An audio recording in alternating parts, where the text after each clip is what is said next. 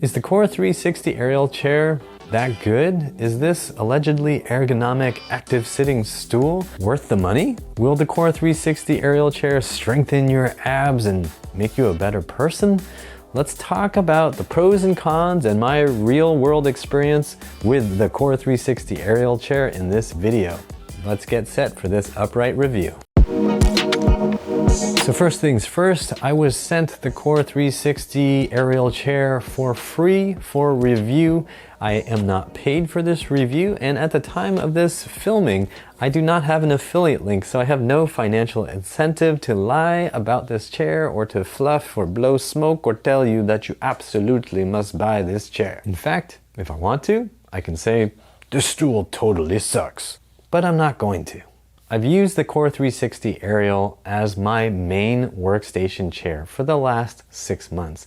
I'm still using the Qor360 Ariel chair as my main seat for when I'm working at the computer, which says a lot about how I feel about this chair. But is it perfect? As the great philosopher John Jacob Jingleheimer Schmidt once said, there's no such thing as perfect. So with that, let's talk about the pros and cons of the Qor360 Ariel chair.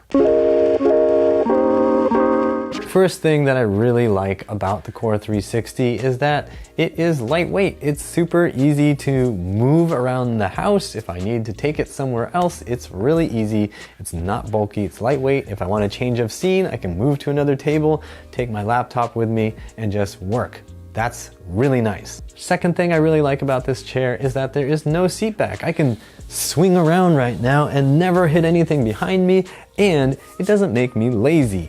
A lot of office chairs have those big cushy seat backs and you just lean back and fall asleep or just slump into hunchback posture while your arms tippity tap on the keyboard. The Qor360 Ariel chair is touted as an active sitting chair that forces you to be more active while you are sitting, and I 100% agree. I definitely am more active while sitting in this chair. Now, you might be thinking, that seems like a terrible idea. How can you focus if you don't have a seat back to relax in? The answer is you can focus for as long as you can until you get physically tired, at which point you need to go take a break. It's why the instructions for this chair actually tell you you should probably ease your way into this before using it all day long. Some people who have weak core musculature are going to find that getting into this chair is a challenge, and staying in this chair for a long period of time is a challenge. But over time, you'll get used to it and your body gets stronger. I really like that I can get tired in this chair because it means when I get tired, I'll go take a break. The third thing I really like about the Qor360 is that it doesn't smash the life out of my hamstrings. I didn't really realize that this was a big problem with my previous office chair, but when I made the switch back to my old office chair, I noticed right away how that seat cushion would actually just numb my hamstrings. The blood supply was getting cut off and my hamstrings didn't like it. My leg didn't like it. My foot didn't like it. When I switched back to the Qor360, I didn't have that problem because the seat is lower profile. My old office chair was not a big, hulking, massive chair. It was actually already a lower profile chair with a smaller seat designed for a smaller person like me. I'm only 5'7", and those big executive office chairs that you see in Office Depot are often way too big and definitely cut off blood supply to my leg. The Qor360 is much lower profile, and that really helps with keeping blood flowing to my legs and feet.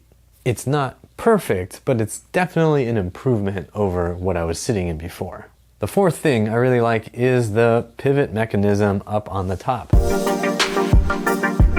Not only can I spin around like so, I can tilt in all kinds of directions and pretend I'm in a fighter jet while I am typing a blog post or writing a script for a YouTube video. I actually feel like this freedom of movement is very similar to what it feels like when I sit on a surfboard and am waiting for waves. It's obviously not perfectly the same, but it's nice. I can sit more actively. I do feel like I can get into positions where my abs are actively engaged, where I don't feel that at all in a normal chair. This also has a different feel to it than those active sitting stools that just kind of have a ball bottom and a ball top.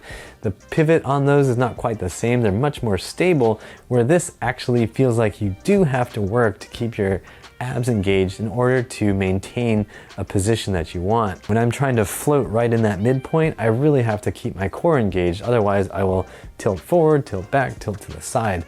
So I do like that little challenge that this chair gives me, and it's very unique to this design. So overall, I think the Qor360 Ariel definitely makes sitting much more active. I gave this chair to my wife to try for a couple days, and she didn't want to sit in it because she felt like she got too physically tired by using it.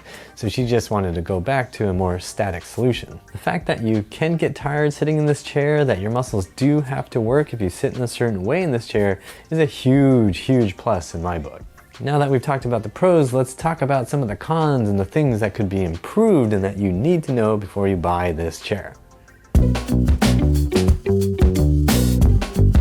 The first thing is a little bit of a nitpick, but it's very important to talk about. So part of the philosophy and in the instructions that come with this chair, there is talk about achieving the optimal hip angle while you're working at a computer.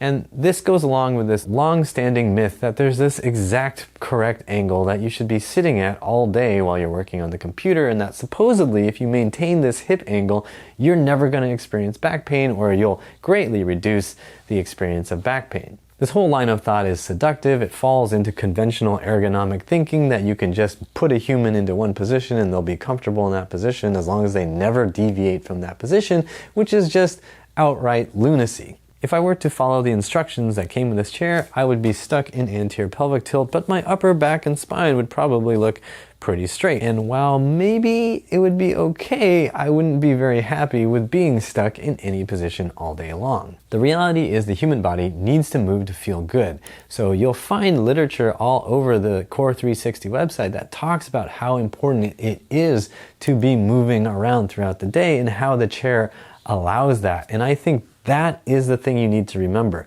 Don't think of this chair as something that's going to be able to lock you in the right position and stay in that magical angle. Think of it as a tool that allows you to change positions, angles, etc., so that you can maintain maximum versatility in your body and at your workstation. The second thing I think could be improved on the Qor360 Ariel is a little bit more padding.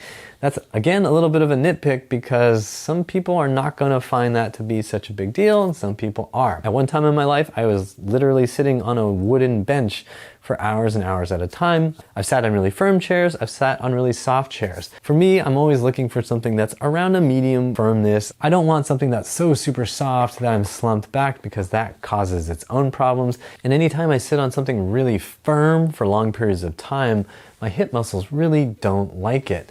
The hamstring attachments and the adductor attachments really suffer when I'm on something really stiff. And for me, the padding on this Qor360 Ariel chair is just a little bit too firm. I have been sitting on it a lot over the last 6 months, and it hasn't really gotten to the point where I like it, so I just use either a throw pillow or a balance pad and just put it on there to make it a little more comfortable for longer periods of sitting. Finally, sizing on this may be a little bit tricky. I told the folks at Qor360 how tall I was, and they just sent me the standard size stool. I'm 5'7", and the standard size stool was actually obviously too tall. So they sent me a replacement center cylinder piece that I could replace using a rubber mallet and a little bit of elbow grease, and that fixed the problem for me. If you're going to order this chair, I would make sure that you watch the videos they have for sizing, use their sizing guides, and make double sure that you're getting the right size. It'll save you a little bit of headache and make the chair a lot more useful for you. If you order the size that's too big for you, you're going to find that this chair is not very useful, and it becomes more like a stool that you would use at a standing desk. Alright, so let's talk about my final thoughts on the Qor360 Ariel. I do like this chair. I have seen ergonomic chairs that sell for 3 or 4 times the amount of this chair, and they are just filled with all these bells, whistles, armrests, cushions, whatever things that are adjustable, and they're all, in my opinion, totally pointless and way overpriced. That said, the Qor360 Ariel chair is not cheap. Right now, in the configuration that they sent me, this chair would cost $425 with this red performance vegan leather. Ultimately, if you're in the market for a chair that makes your sitting more active, helps you use more muscles while you're still sitting, then I think this chair is really worth looking at. If you're a working professional looking for a professional looking seat for your home office or for your office, then this is a really good option. If you're on a tighter budget, it may not be worth it for you. Ultimately, just sitting all day isn't that good for you, even if it's in a chair that does let you be a little more active. A more budget-conscious option might be a saddle chair or one of those active sitting stools that you can get from multiple different retailers online. Those are often under $200, and while they're not going to give you the same feeling as the Qor360 Ariel chair, they'll still be better than sitting in a crappy Office Depot chair. What you don't want to do is stretch your budget to buy a chair that you can't afford, and then you're going to be stressing about this really expensive chair. And honestly, like I said before, there's no such thing as a perfect chair that I've ever encountered in life that makes your hips and legs strong while you just sit and type away at the computer. With all that said, I'm curious what you think about the Qor360 Ariel chair. Have you tried it? Did you buy it? What has your impression been of this chair? If you have comments to share about the Qor360 Ariel chair, please drop them in the comment section down below. If I do end up having some sort of affiliate link, I will also put that link down below, and I would appreciate if you use that to buy the chair, if and only if you feel like it's a good fit for you. If you'd like to support this channel, just hit that thanks button and leave me a tip, and I promise not to spend that money on an ugly office chair from Office Depot. And if you don't want to leave me a tip, that's totally okay. Just hit the like button, share this video with somebody you know who's looking for an ergonomic office chair, subscribe to the channel, and hit that bell notification icon so you don't miss out on future videos. And as always, I hope you remember that pain sucks, life shouldn't.